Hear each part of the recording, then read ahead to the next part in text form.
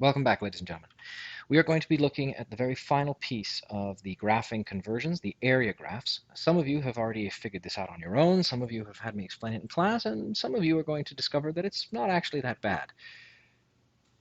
Like a lot of things in this course, it's an extension of stuff you already know. We're taking the tools that you learned in math class, all of the saws and hammers, and we're applying them to do things.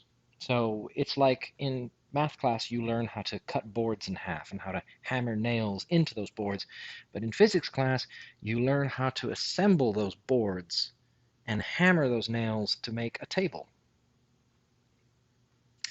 Of course, that's one of the reasons why it's hard.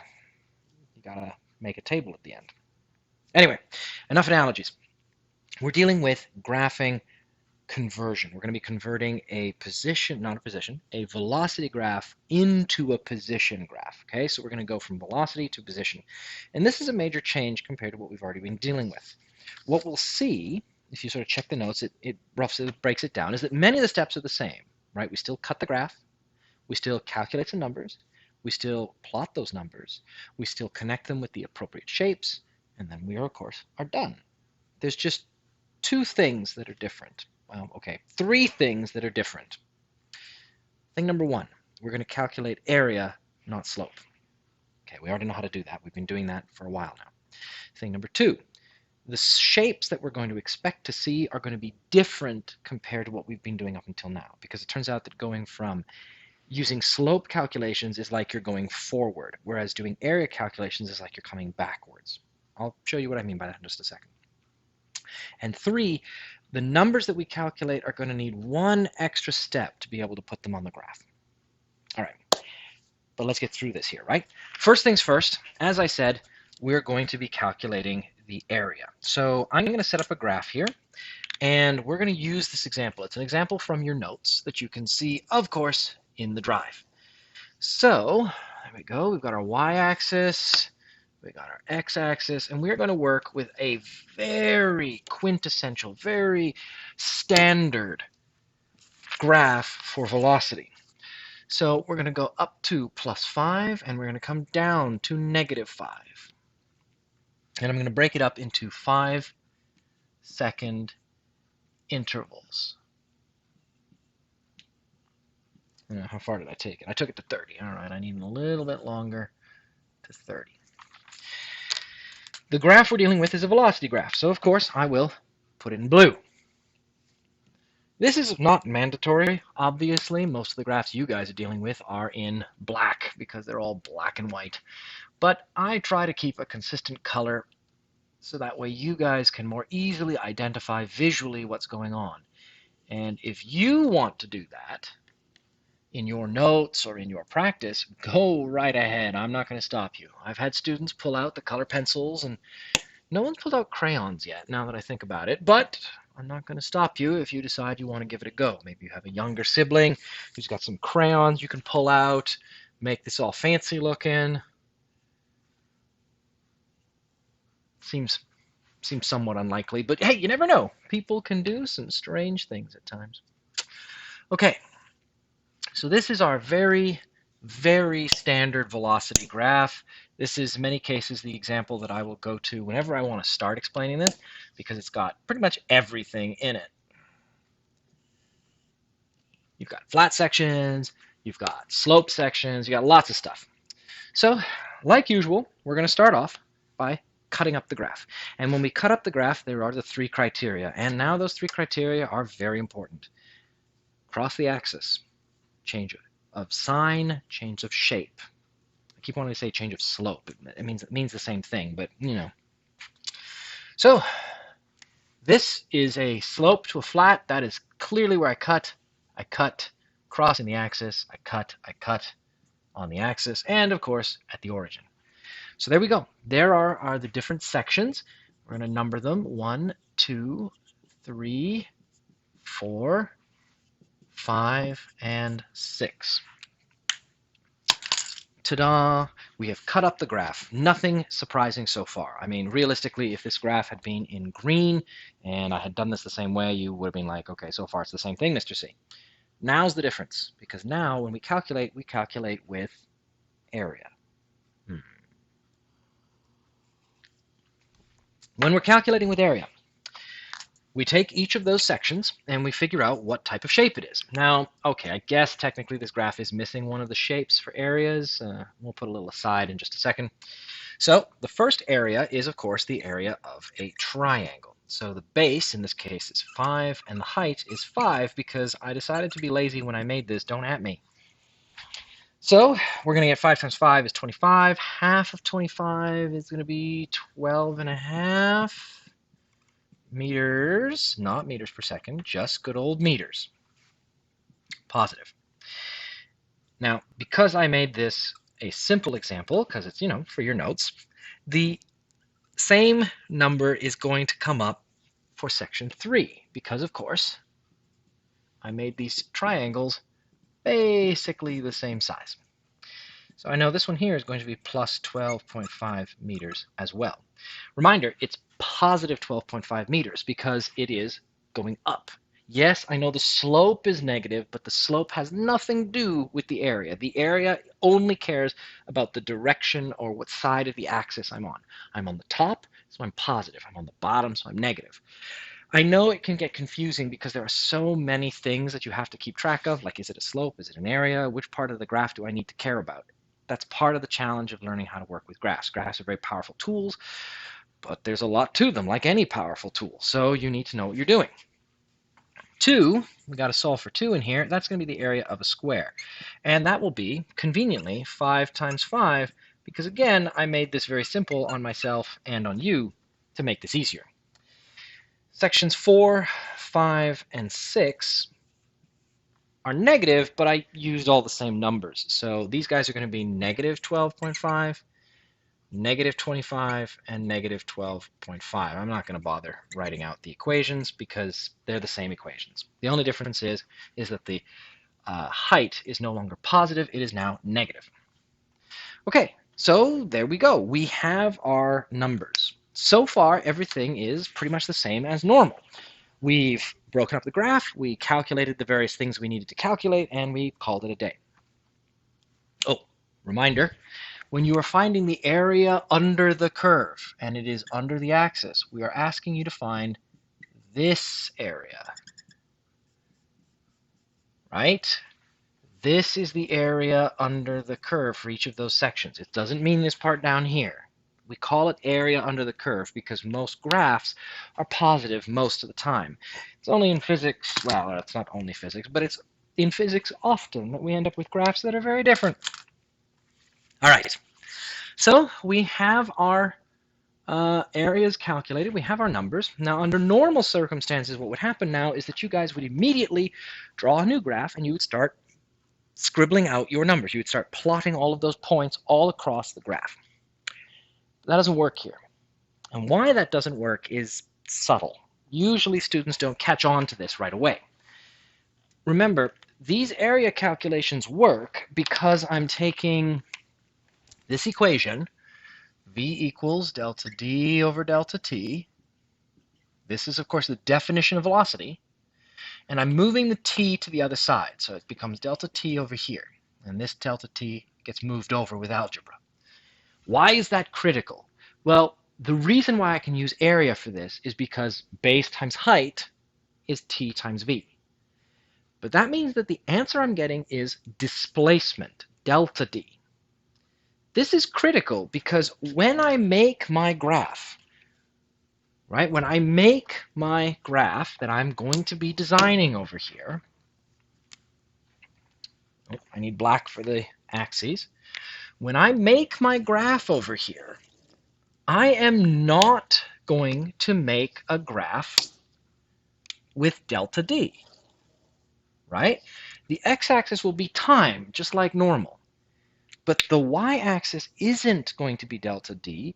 The y-axis is going to be D, position, not displacement.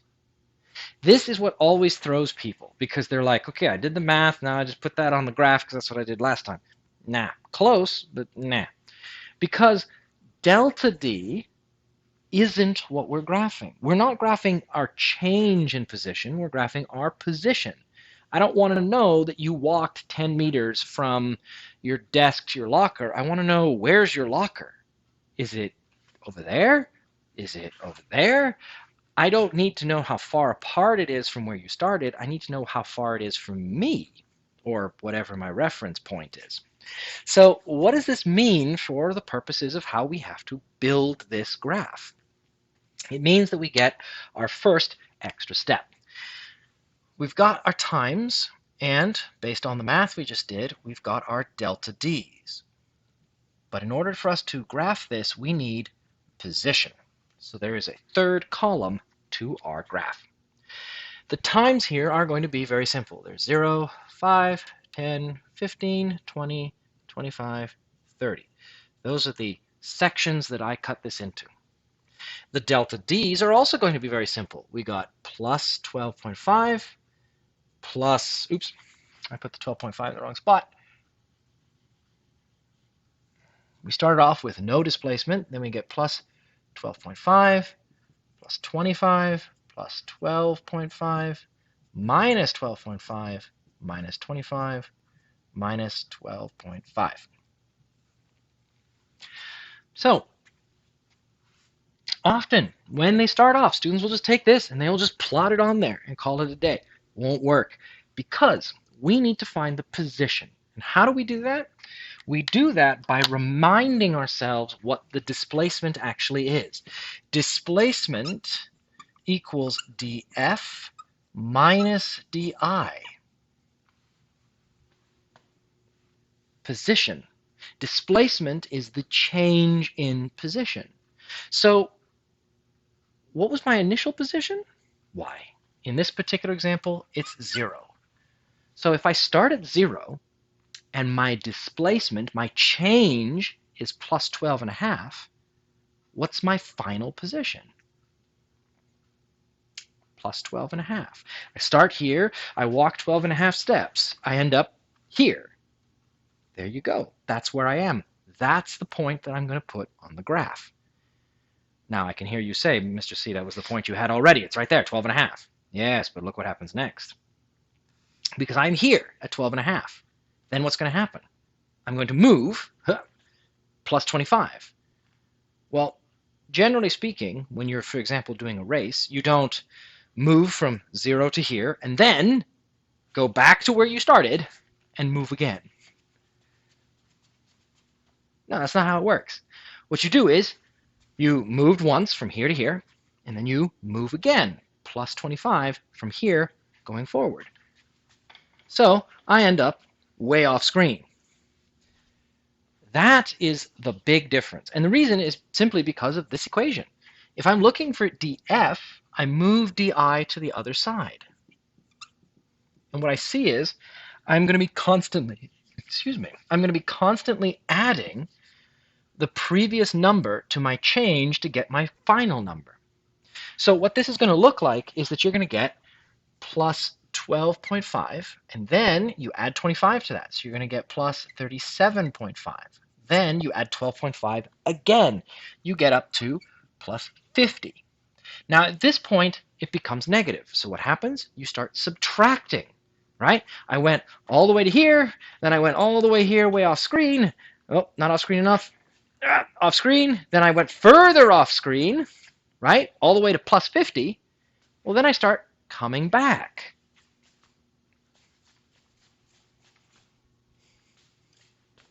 Yes, this particular example ends me back where I started. So I end up with plus 37.5, plus 12.5, and then finally 0.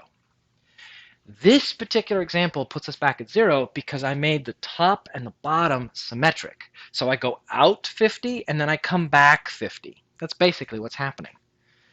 So now that I've added this up, this is the extra one of the extra steps we needed to do. Now we can plot those points.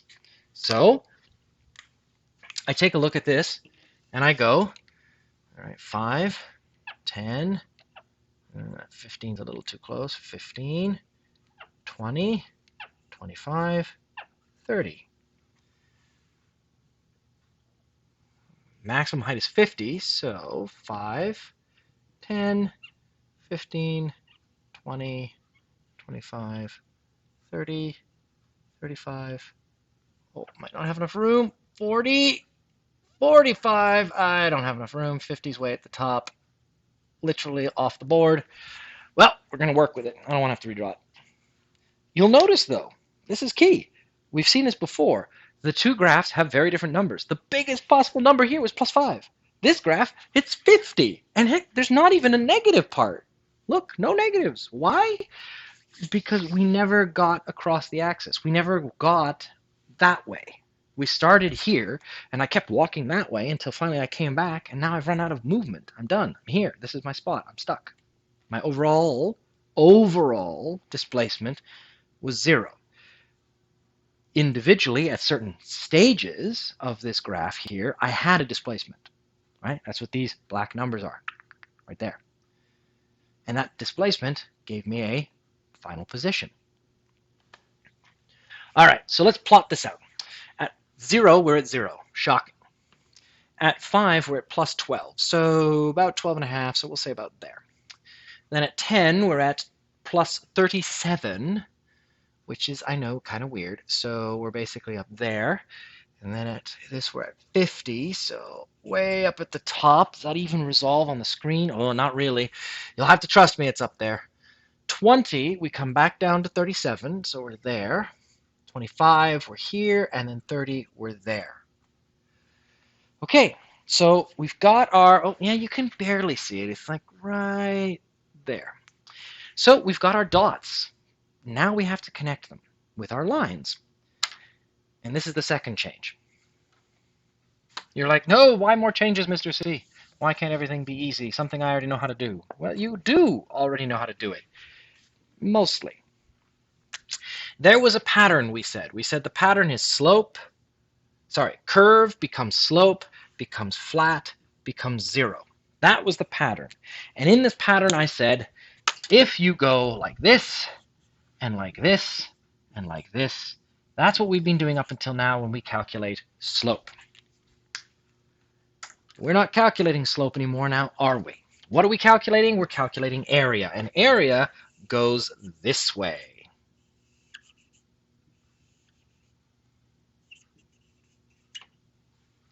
Well, what does that mean? How am I going to do this? Very simple. This first section, it's a slope line.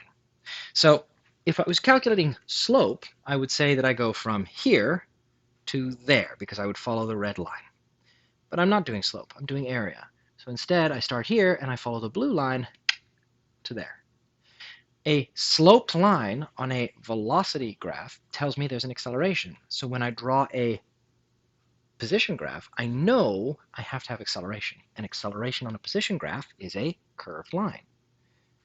Again, the two graphs are telling you the same piece of information. There is an acceleration. They're just showing it in different ways. The pattern is, when we're doing slope calculations, we go that way down the pattern, and when we're doing area calculations, we come this way down the pattern. Well, with that in mind, I come over here and go, wow, it's a sloped line. A curved line, sorry. And I have to connect this dot with this dot. Gee, how am I going to connect two dots with a curve? Well, I got two options. I can either come up like this to a flat, or I can come up like that to a sharp. Which one makes sense? In order to know that, we'd have to, I don't know what's going on. Let's take a look at the graph. My velocity was 0, and it increases to a bigger number. If my velocity is increasing, that means that I am getting faster. That means I shouldn't be heading towards a flat line, because a flat line at the end of the curve means I am stopping. I'm slowing down. So this guy should look like this. Okay. Then I have a flat section of the graph. A flat section of the graph means constant velocity. Now, normally, in the way we've been doing it so far, flat would go towards 0. But we're going backwards now, so flat becomes sloped. Well, look at that. I have 2 points. Oh, can I get my finger in the right spot? 1, 2, and I have to make a single sloped line between them. Squeaky sloped line. Now look at part 3. It's another sloped line on this graph? Well, a slope going backwards becomes a curve. But now I'm going from a big number down to 0. If I'm going to 0, that means I should be flat at the top. So I come curving up to my flat section. If I pull that particular image down just a little bit to make sure you can see it, it would look something like that. I'm speeding up, constant, slowing down. And here's the thing. The next 3 sections are going to do the same thing in reverse. I speed up going down to the 22nd, so I go from being up high to being down low. I come like this. Then I have another straight section down to there, straight, and finally I connect to a stop, flattening out like that. That's it. There's our graph. So the big changes were A, we calculated area, B, we had to add up our displacements in order to get our final positions, and C, when I'm doing my pattern to figure out what the shapes are, I had to go backwards through the pattern rather than forwards. But other than that, everything is exactly the same. And the techniques to turn a velocity graph into a position graph are the same techniques that you would need in order to turn an acceleration graph into a velocity graph. Except the acceleration graph is easier because the acceleration graph doesn't have any sloped lines here, right? They're all flat lines. Well, that just makes everything a lot simpler. Okay, that's kind of it. The example here shows you that basic information. It tells you the numbers. It also has what the different shapes are going to look like, and that's kind of it. You guys now are armed to be able to finish everything else in the book. Now, do I expect there are going to be questions? Totally, which is why we're going to be making sure to give you guys another week in which to ask questions, seek help on this, and make sure you know what you're doing. A reminder, there is no check your understanding for the graph conversions because getting you to draw all of this in a Google document would be pretty challenging.